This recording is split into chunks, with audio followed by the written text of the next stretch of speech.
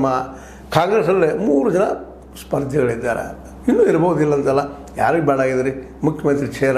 ಆದರೂ ಪ್ರಬಲ ಖಾನ್ ಅವರು ಒಂದನೇದಾಗಿ ಡಿ ಕೆ ಶಿವಕುಮಾರ್ ಅವರು, ಎರಡನೇದಾಗಿ ಸತೀಶ್ ಜಾರಕಿಹೊಳಿ ಅವರು, ಮೂರನೇದಾಗಿ ನಮ್ಮ ಪರಮೇಶ್ವರವ್ರಿಗೂ ಬಹಳ ದಿನದಿಂದ ಆಸೆ ಅದ. ಯಾಕಂದರೆ ಈಗಾಗಲೇ ಅವ್ರನ್ನ ಹಿಂದೆ ಸೋಲಿಸಿದ್ರು, ತಾವು ಮುಖ್ಯಮಂತ್ರಿ ಆಗೋದಕ್ಕಾಗಿ ಅನ್ನೋದು ಸಹಿತ ಆರೋಪಗಳಿದ್ದಾವೆ ನಮ್ಮ ಸಿದ್ದರಾಮಯ್ಯರ ಮೇಲೆ.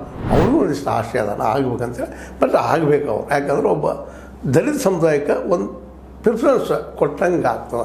ಆದ್ರೆ ಹಾಗಂತೇಳಿ ದಲಿತ ಸಮುದಾಯಕ್ಕೆ ಒಳ್ಳೇದಾಗ್ತದೆ ಅಂತ ಏನಲ್ಲ. ಯಾಕಂದ್ರೆ ಅವರ ಬೆಳೆದು ಬಂದ ರೀತಿ, ಅವ್ರ ಸಂಸ್ಥೆಗಳು ಕಟ್ಟಿದ ರೀತಿ ಇರ್ಬೋದು, ದಲಿತರ ಪರವಾದ ಕಾಳಜಿ ಇರ್ಬೋದು. ಆದರೆ ದಲಿತರಿಗೆ ಅಥವಾ ಎಸ್ ಸಿಗಳಿಗೆ ದೊಡ್ಡ ಪ್ರಮಾಣದಲ್ಲಿ ಏನು ಮಾಡಬೇಕು ಅನ್ನೋಂಥ ಅಭೀಪ್ಸೆ ಅಥವಾ ಆ ಒಂದು ಆಕಾಂಕ್ಷೆ ಇದ್ದಂಥವ್ರು ಅಂತ ಏನು ಅನ್ನಿಸೋದಿಲ್ಲ. ಅದು ಬೀರ್ ಆಚೆಯನ್ನು ಮಾತ್ರ ಸಪೋಸ್ ಏನಾದರೂ ಅವತ್ತಾಗಿದೆ ಏನೋ ಇನ್ನೂ ಸ್ವಲ್ಪ ವರ್ಕ್ ಆಗ್ತಿದ್ದು ಏನೋ. ಯಾಕಂದರೆ ಒಬ್ಬ ಸಮಾಜವಾದಿ ನೆಲೆಯಲ್ಲಿ ಅಷ್ಟಲ್ಲ, ಭಾಳ ಕೆಳಮಟ್ಟದ ಮೇಲೆ ಬಂದಂಥ ವ್ಯಕ್ತಿ ಆಗಿದ್ದರು ಅವರು.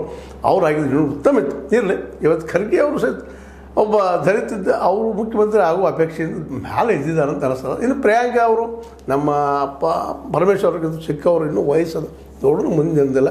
ಆದರೆ ಆ್ಯಕ್ಚುಲಿ ಅವತ್ತು ಬೀರ್ ಆಚೆನವರು ಎಲ್ಲರಿಗಿಂತಲೂ ಗ್ರೇಟ್ ಇದ್ದರು, ಖರ್ಗೆ ಅವ್ರಿಗಿಂತಲೂ ಗ್ರೇಟ್ ಇದ್ದರು. ಅದರಲ್ಲಿ ಎರಡು ಮಾತಿಲ್ಲ. ಇದನ್ನು ಯಾಕೆ ಮತ್ತೆ ಹೇಳ್ತಾ ಇದ್ದೀನಿ ಅಂದರೆ, ರಾಜಕೀಯ ಕೊನೆಗಾಲದಲ್ಲಿರ್ತಂಥ ನಮ್ಮ ಸಿದ್ದರಾಮಯ್ಯನವರು ಇನ್ನು ಮುಂದಿನ ಚುನಾವಣೆಯಲ್ಲೇ ನಾವು ಸ್ಪರ್ಧಿಸುವುದಿಲ್ಲ ಅನ್ನೋಂಥ ಒಂದು ವಿಷಯ ಹೇಳೋ ಜೊತೆಗೆ ನಾವು ಕೊನೆಗಾಲದಲ್ಲಿದ್ದೇವೆ ರಾಜಕೀಯವಾಗಿ, ಸಾಕಷ್ಟಾಯಿತು, ಇನ್ನಷ್ಟೇನು ಒಳ್ಳೇದು ಮಾಡಲಿಕ್ಕೆ ಸಾಧ್ಯ ಇಲ್ಲ ಅನ್ನುವಂಥದ್ದು ಈ ಒಂದು ಮನಸ್ಥಿತಿ ಬಂದಾಗ ನಾವು ಇವತ್ತೊಂದು ಅವ್ರು ರಿಕ್ವೆಸ್ಟ್ ಮಾಡ್ಕೊಳ್ಳೋದು ಏನಪ್ಪ ಅಂದ್ರೆ, ನಮ್ಮ ವಾಹಿನಿಯಿಂದ ಆಗಿರ್ಬೋದು, ನಮ್ಮ ಜನರಿಂದ ಆಗಿರ್ಬೋದು, ನಮ್ಮ ಜನರಿಗೆ ಇವತ್ತು ಭಾಳ ಮುಖ್ಯವಾಗಿ ಬೇಕಾಯ್ತು ಉದ್ಯೋಗ. ಅವ್ರಿಗೆ ಗೊತ್ತದ, ಅವ್ರು ಅಷ್ಟು ತಿಳಿಲಾರದವರಲ್ಲ. ಯಾಕಂದ್ರೆ ಅವ್ರ ನಂಜುಂಡಸ್ವಾಮಿ ಅವ್ರ ಜೊತೆ ಬೆಳೆದಂಥವ್ರು. ನಂಜುಂಡಸ್ವಾಮಿಯವ್ರ ವಿಚಾರಗಳು, ಬಾಬಾಗೌಡರ ವಿಚಾರಗಳು, ರೈತರ ಬಗ್ಗೆ ಇದ್ದಂಥ ಕಾಳಜಿ ಅವರಲ್ಲಿ ಅದ. ಅದಕ್ಕೆ ಅವ್ರು ಹೋಗೋದ್ರೊಳಗಾಗಿನ ಇಲ್ಲೊಂದಿಷ್ಟು ಕೆಲಸಗಳಾಗಬೇಕಾಗ್ಯಾವ. ಎಲ್ಲರಿಗೂ ಶಿಕ್ಷಣ ಸಿಗುವಂಥ ಒಂದು ವ್ಯವಸ್ಥೆಯನ್ನು ಮಾಡಬೇಕಾಗಿದೆ. ಅವ್ರಿಗೆ ಸಾಧ್ಯ ಅದು.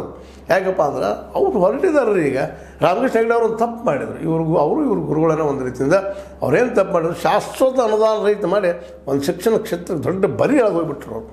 ಇವತ್ತು ನಾವು ಅದನ್ನು ನೋವಿನಿಂದ ಹೇಳಬೇಕಾಗಿದೆ, ಅದನ್ನು ತಿದ್ದಬೇಕಾಗಿದೆ ಅವರು. ಅದು ಸಿದ್ದರಾಮಯ್ಯಗೆ ಸಾಧ್ಯ ಅದ.